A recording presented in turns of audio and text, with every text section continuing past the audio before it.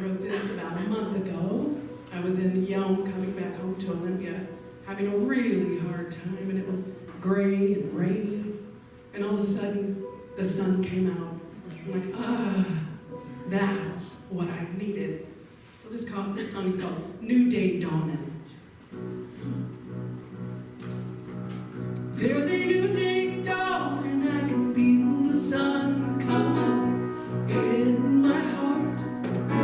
There's a joy that's arising in this whole wide world, and we can feel it in our hearts, and everybody's free, free, free. Yes, we're all free, free, free. There's a new day dawning, I can feel the sun come up in my heart. There's a joy that's arising in this whole wide world, and we can feel it in our hearts, and everybody's free, free, free. Yes, we're all free, free, free. There's a new day dawning, I can feel the sun come up in my heart. There's a joy that's arising in this whole wide world, and we can feel it in our hearts, and everybody's free, free, free. Yes, we're all free, free, free. And everybody's free, free, free. Yes, we're all free, free, free.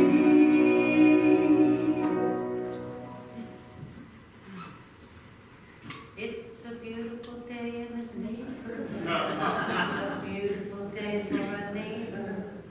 Would you be mine? Could you be mine? That's all I know. I see there's somebody singing back to me. Well, I just watched the movie yesterday. It's a beautiful neighborhood. And in the movie, the story is not about Mr. Rogers, but about the effect Mr. Rogers has on the world by being who he is called to be. It's a beautiful story of one man who is healed through love.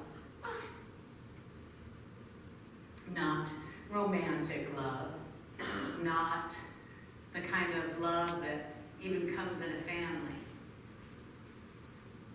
but the kind of love that is the truth of our beings, that comes directly from the source. I received an email from someone telling me somebody else's definition of love, and I said, yeah, but what do you think? What's your definition of love? And this is what he told me. Love is a cool, sweet stream that springs from everywhere and nowhere. You drink until your lips go numb, and then go and search for the source. So what's your definition of love on this Valentine's Day weekend? Oh no, I really meant it. Do you want me to bring the mic out, or you want to holler and I'll repeat it? Acceptance, complete acceptance. Unconditional. Unconditional acceptance. Respect. Respect. So now we have acceptance with boundaries. Connection.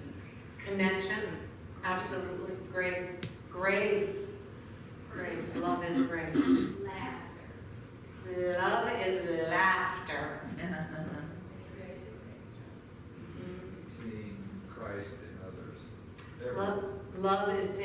Christ in others, in everyone. How about gathering? And how easy is that? That actually is the lifetime work that we're given. Regardless of what we do for our day job, or whether we have babies, or whether we are in partnerships, or belong to a spiritual community, that is the continuous job, the continuous work that is being called for from our very soul. From our very soul. And so can you imagine you living a life of love and seeing the Christ, the divine, in all people everywhere? Ready for this one? All the time. All the time. God is good? All the time. And all the time? God is good. So I had a conversation with a friend of mine this week about that statement. One of the things that evokes in me is this idea that God is a person. And that I do not believe that. I do not believe that God is a being, whether it's a person or a ghost, or, there's not a God out there that's doing stuff and we're like the puppets with the puppet master. That's not one of the things that I believe, nor is it one of the things that Unity teaches. However, frequently our relationship with God is like that because we are in this I-thou experience all the time. It's extremely challenging for us to move into a consciousness of oneness. So today's lesson is about swinging wide the door of our consciousness.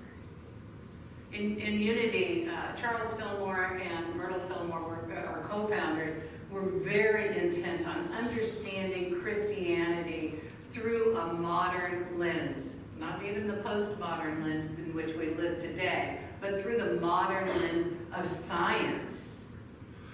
And so one of the things they did is they deconstructed all of the belief systems of pre-modernity Christianity, and then reconstructed it. The Trinity is one of those lenses. So what Charles Fillmore found is that the Trinity is everywhere, but for us as individuals, the Trinity is body, mind, spirit. That's our experience.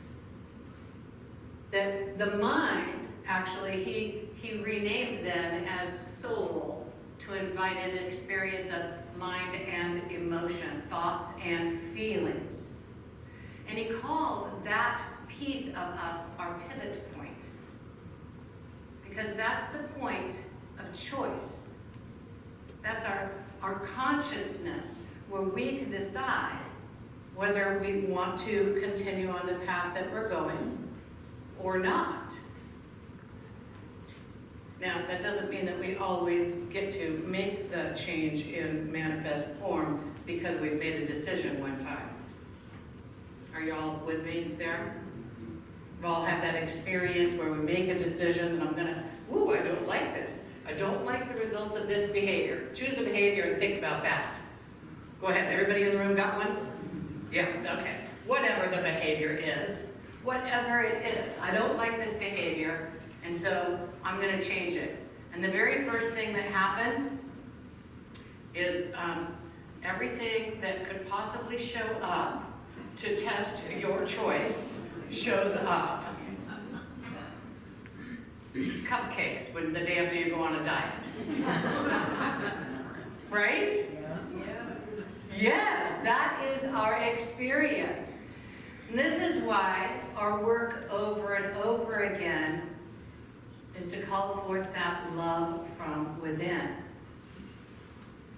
God is good all the time when we understand that I am an expression of that divine presence that I don't even understand. It's a big concept, isn't it? That that we don't even really get everything about God, except that people throughout all ages, from all parts of the world, and even today, and I'm imagining tomorrow, have this experience of something higher and better than their own individual ego, living through them, pushing me, pushing you. The other thing in Unity teachings that Charles and Myrtle Fillmore came up with was the idea that instead of being a sinner or a saint, that we live as a personality. The word ego had barely been coined at the time of their deconstruction and reconstruction of Christianity. But that we live as a personality, and the truth of who we are is our individualized expression of God.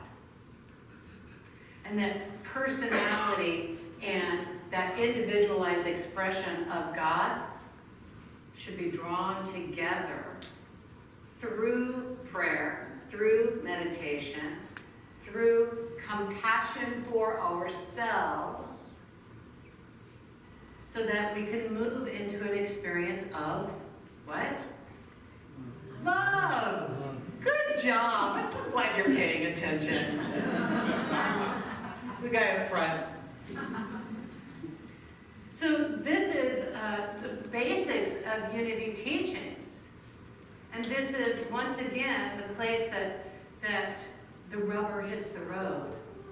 Now, I do want to break out the bad news. Charles Fillmore did use the word sinner and sin over and over again. I generally don't use that word a lot because it's so painful for so many people. So many people have been told that there's no way out except for this one path. And we don't believe it. I don't believe it. Charles and Myrtle Fillmore did not believe it. What they saw was that there are many, many paths to wholeness. Many, many paths to coming to a place of living the divine expression of who you really are. And that you're going to make mistakes anyway. You know, there's a part of me that just sort of doesn't like the word, the phrase children of God. Because I like the phrase expression of the divine. It gives me a more sense of that universal divine than the limited God idea that shows up in my mind when I use that word God. But I use them interchangeably. And the idea that we are twofold beings, threefold beings, and that there's all these different ways to look at ourselves and to work with ourselves and to move forward as children growing up in the expression of the divine, it sort of lets us off a hook a little bit, right? It allows us to be a little more compassionate when we screw stuff up. Because I have not reached a stage of perfection yet where I don't hurt anybody's feelings any of the time. And I'm guessing you probably haven't either. Now, if there's one amongst you who has, maybe that sweet little big baby over there.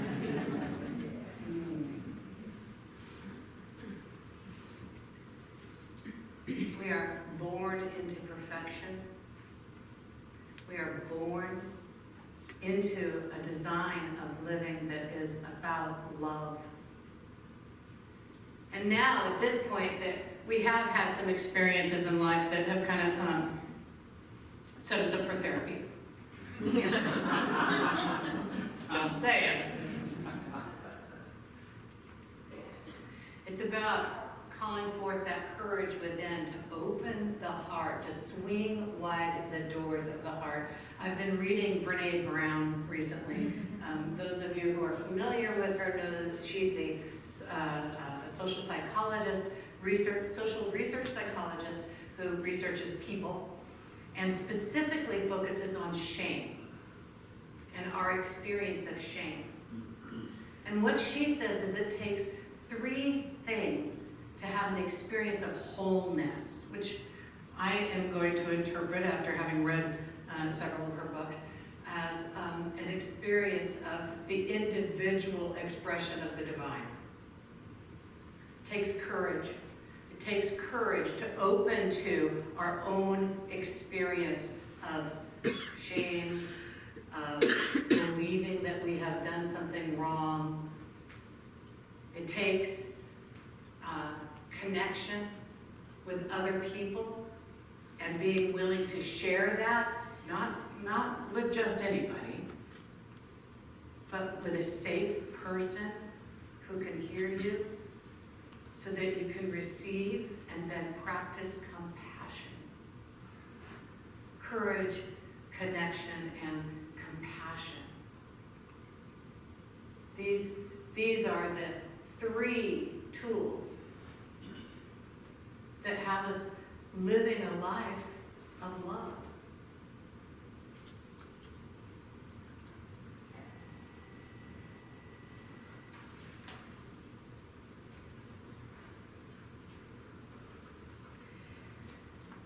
Love is one of our 12 powers, as is the power of imagination.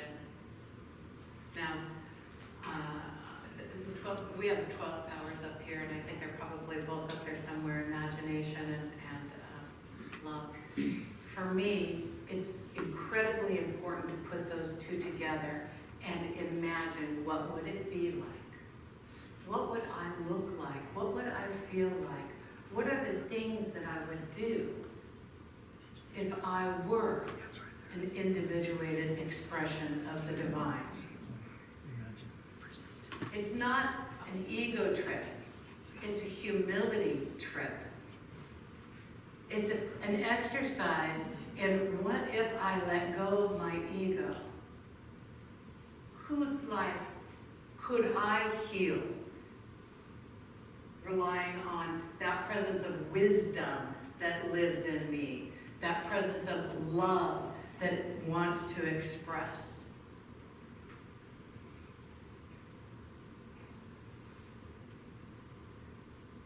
All right, let's just do a quick thing. Everybody close your eyes and imagine a picture of yourself. Just, I don't care where you are, at home, or you could imagine yourself right here if you want, or at the grocery store. And imagine yourself as that individuated expression of the divine.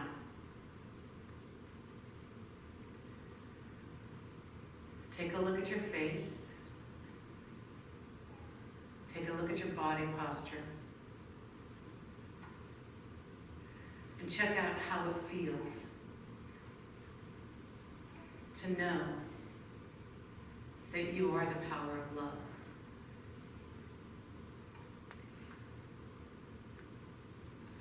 That what you do and say come from a space of wisdom and love.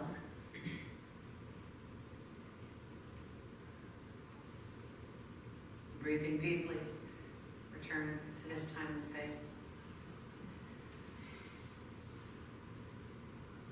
How was that? Anybody? I mean, just a small crowd. It's okay. Beautiful? Lovely? Good. Comforting. It is our work to use this power of imagination, this God-given power of imagination, to bring ourselves into the greater expression of who we've come here to be. I got a great quote about imagination. Albert Einstein said, "The true sign of intelligence is not knowledge, but imagination." Can you imagine what wouldn't be here without the power of imagination. Right? All the stuff that wouldn't be here. The lights, this building, all of this stuff comes out of this power of imagination put to use. And in this space particularly, it's been put to use so that people can gather together in community. Just imagine the love that the people that built this place must have felt in order to pour their dollars, lots of dollars, into an investment of buying land and building a building. The love they must have felt. Unity of Olympia has just recently gone through a transition in our own vision, mission, and values. Many of you were part of the day-long work of coming to know who we are now. This is one of the things that we as individuals do, and we as communities must do as well, is being in the question of, well, who am I today? Who does God call for me to be today? I wrote a talk, but I'm not using it. The entire time, sometimes this might happen to you, the entire time I was preparing and I'm doing all this research and I'm thinking, okay, God, what is it? This isn't it, this isn't it, this isn't it. And then this morning, as I get on this platform, well, you can use that quote. Okay.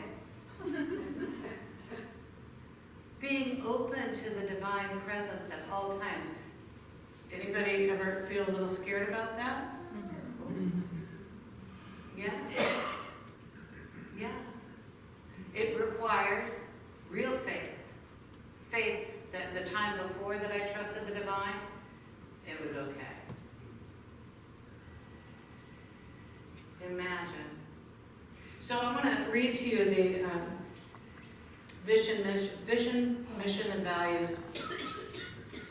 Our vision as Unity of Olympia is this, and imagine this: a world powerfully transformed through the growing movement of spiritual awakening. Now, it's already happening, so it's not very hard to imagine. Does anybody not have internet? If the one person who doesn't have internet found some, yeah, okay, so. And how many of you have seen spiritual encouragement, spiritual education, spiritual experiences, invitations to growth for your spirit online? Yeah. Yeah. It is a worldwide movement. There is a worldwide movement of growing spirituality happening right now. And what our vision is the powerful transformation through that. That there are communities all over the world, some of them in churches, a lot of them not. And that there is growth. There's a story about a guy, in his 20s, he wanted to change the world. In his 30s, he wanted to change his country. In his 40s, he wanted to change his town. In his 50s, he wanted to change his family. And in his 60s, he just wanted to change himself. And of course, the moral of the story is that he realized that in changing himself, he had more impact on his family, on his town, and on everything else around him than he ever had trying to get the changes out there. So when we vision a world powerfully transformed by the growing movement of spiritual awakening, that puts the onus right here. And right here. What does it mean to be a spiritual community that is spiritually awakened? Well, it's not just individuals, right? It's the way we are together. Our mission. This is how we're moving forward to this experience of a spiritually awakened world. Ready? First on our list is to celebrate. I like a party. Anybody else like a party? Love a party. So Friday night we have a party as a result of our 30-day challenge to well-being, which many of us participated in. And I'm continuing my practice. I so appreciate the prayer support and the support of knowing that other people were participating in a 30-day challenge toward their well-being, whether they were doing the exact same thing as me or not.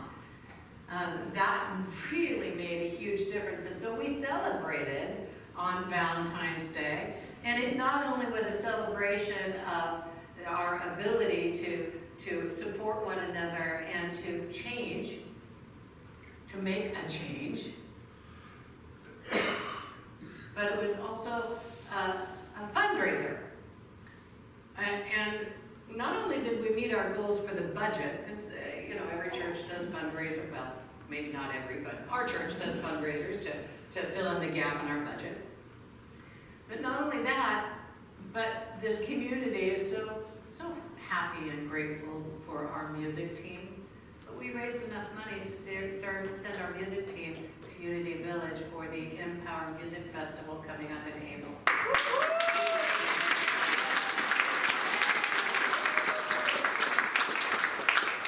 Because we celebrate their amazing gift to us, I am thrilled that we, as a community, are sharing their music with all of the New Thought music movement. Amen. Amen. Meditate. That's our second mission. So we want to celebrate, we want to meditate. And here's where I get to tell you about a special gift that Janine and I have cooked up. We're starting an alternative service on Wednesday nights. Oh, good. This alternative service will be from 5:30 to 6:30, and it's going to be 3 20-minute slots. 20 minutes of meditation, 20 minutes of conscious conversation, and 20 minutes of music. That conscious conversation piece is going to be divided into 3-minute truth talks. So at the end of meditation, much like a Buddhist Sangha, we're going to invite people to share their truth, either as the result of the meditation or whatever is on their heart, for up to 3 minutes each. I have a really annoying timer, and we'll let people know when their 3 minutes is up. But this practice of meditation, and then connecting with one another, and then for me, music is communion, and then being in communion and breathing together so that our systems become coherent together. That's a practice that Janine and I are very, very much looking forward to, because I do believe that meditation helps us to know our own individual expression of the divine, and then to be that in the world. Learn.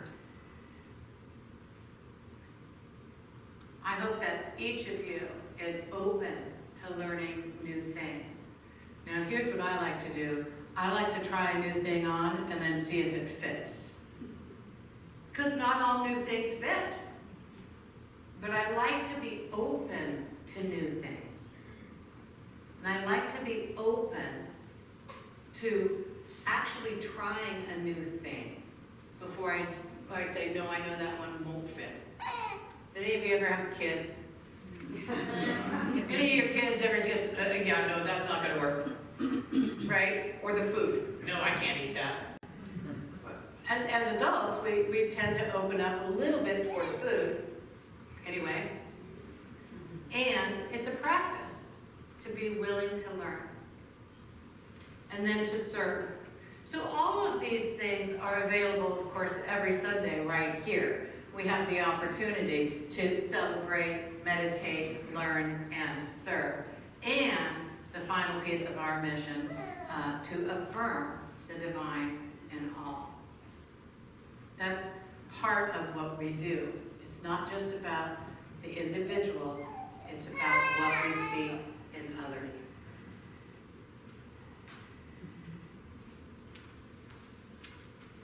Unity Worldwide Ministries has a 7-day challenge coming up tomorrow.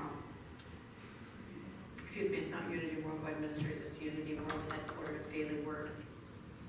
There's a 7-day challenge coming up. It's a 7-day challenge for kindness. Every day, they're going to send out an email. Now, you won't get this unless you sign up for it, but I want to encourage you to go look it up and sign up for it. Because it's short, it's 7 days. And actually doing things like kind activities help us to know the truth about who we are, that we are kind. So it's a 7-day series of emails that will show up in the morning that give pretty simple and easy to follow instructions on a kind activity, a kind action you can take that day. Unity World Headquarters Daily Word, you just look it up on the internet, just Daily Word of Unity Headquarters, or you can look up 7-day challenge for kindness, and it just pops right up, the sign up. So I really want to encourage each of us to do that, even if you're already kind. Because I bet you are. Yes. One of the things that I really love about Unity is that there's never a stopping point. We don't graduate. What I've found, having attended Unity and studied Unity from the time that I was, 6 or 7 years old, is that there was a point in my life when I figured out that I knew everything that was taught here and that some of the stuff that was taught here was wrong. And I decided to leave. And then I had a desire for a spiritual community. I had a desire for a place to sing in community. That's the real truth. I was already going to 12-step meetings, and so I had what I felt was a spiritual community, but we weren't singing together. That's no good. And they're not gonna sing, because they stopped drinking. Whatever. So I had a desire for music, so I went to another faith community. Actually, I went to a couple. And in the one faith community where I actually stayed for a while, I took a catechism class, and I found out that people are going to hell if they don't know about Jesus. And that's our job, is to tell everybody about Jesus. And it was such I had no idea. Honest to goodness, I had no idea that churches were out there doing that. And the pastor was a lovely man, very nice man. There's no doubt in my mind that he came from a place of love, and that was his calling, is to be in this place where he invited people into that experience. And I met with him one-on-one, and I said, I can't do that. That doesn't feel right to me. First of all, I don't believe there's a heaven, a place with streets paved of gold, and everybody gets the perfect body. But that might be nice. And I don't believe that there's a hell, but I also believe that my thinking makes a difference. And that holding people as wrong and belonging in that place is not what God wants me to do. Well, I had my ego stroke that day because he says, well, you are quite the theologian.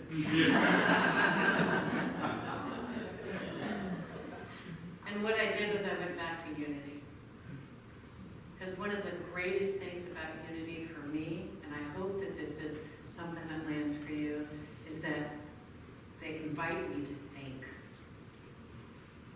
That we are on an evolutionary path in our understanding of God, the divine, the presence, the source.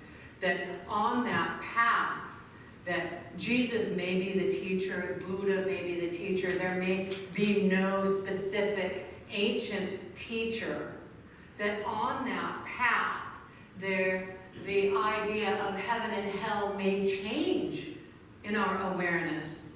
The idea of what sin means or what redemption means might change. The idea of who we are and what we are at our core, it may change over a lifetime. And for me, I found a place that honors those changes. I do not expect every person in this room to agree with me, except when I do. And that would be a mistake. Because diversity is about so much more than what we look like or about where we live or where we come from. Diversity is about this up here. We are all mind, body, spirit. We're all souls with thoughts and feelings that we get to use as the pivot point. We get to change our minds. We get to suddenly one day look around and think, it's a beautiful day. It's a beautiful day for a neighbor. Won't you be mine? God bless you.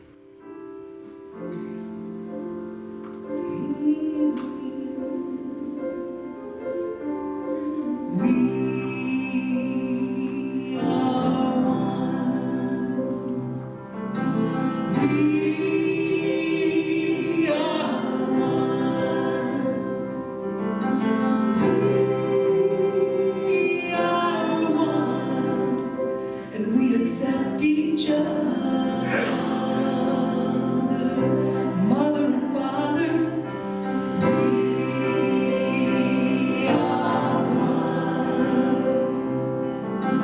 We are one. We are one. And we accept each other. Sister and brother, we are one. We are one.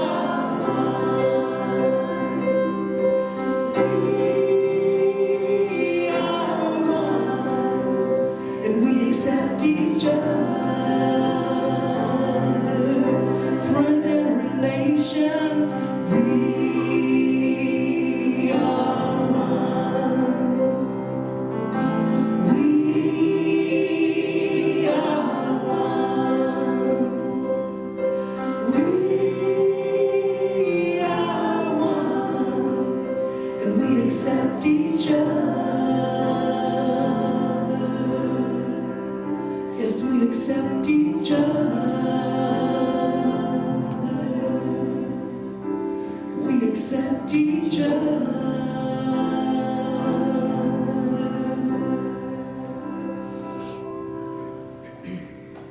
And so I welcome you into a time of meditation. I invite you to close your eyes if that's comfortable and allow your hands to rest. Do a body scan, starting with the feet, just to become aware of where your body is. Cloth pressing against your skin. The seat beneath you supporting you. If you find any tense places in your body, go ahead and breathe into them. Relax them to the best of your ability. We hear the sound of life around us. We invite in an awareness of all that is around us. The music,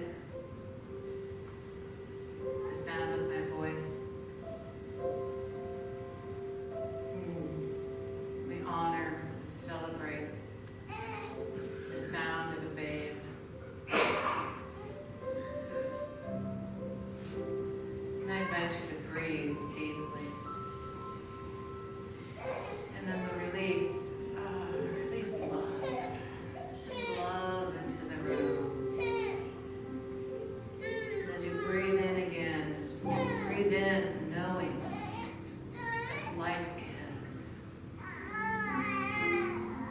then bless this room and the people in it. Breathing in again deeply.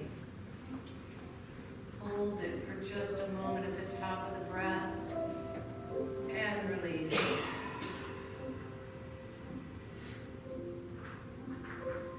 Sweet Spirit, we are here to know our oneness. We as one. I as one. Claim my kinship with the divine, my relation, my oneness with all that is. I open to greater awareness of my body as an experience that is an expression of the universe. That I'm made up of stars. The same stuff that stars have, I have. My soul, my heart, my mind, my being is made up of a divine presence, a consciousness, of love, of peace, of awareness, moving through life.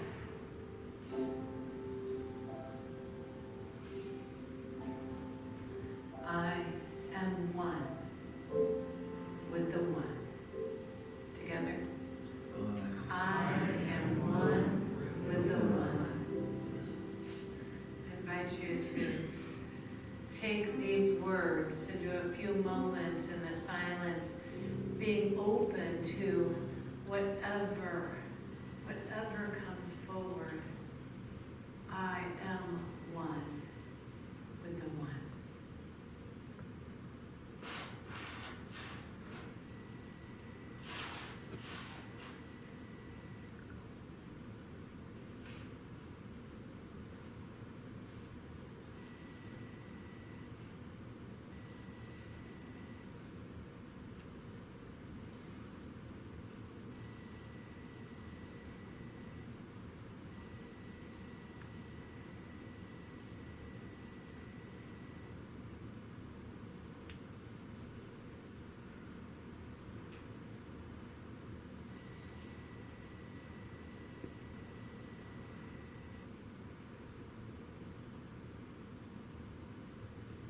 I am one with the one.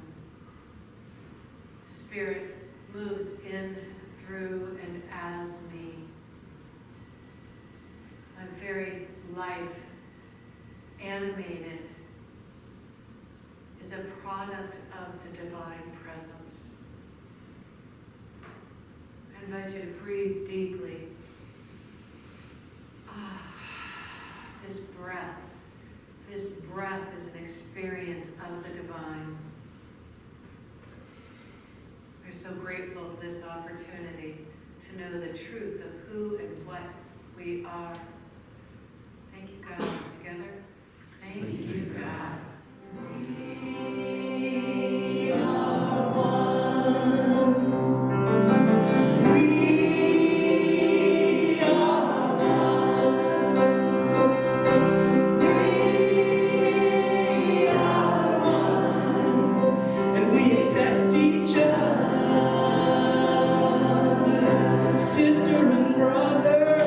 We are one.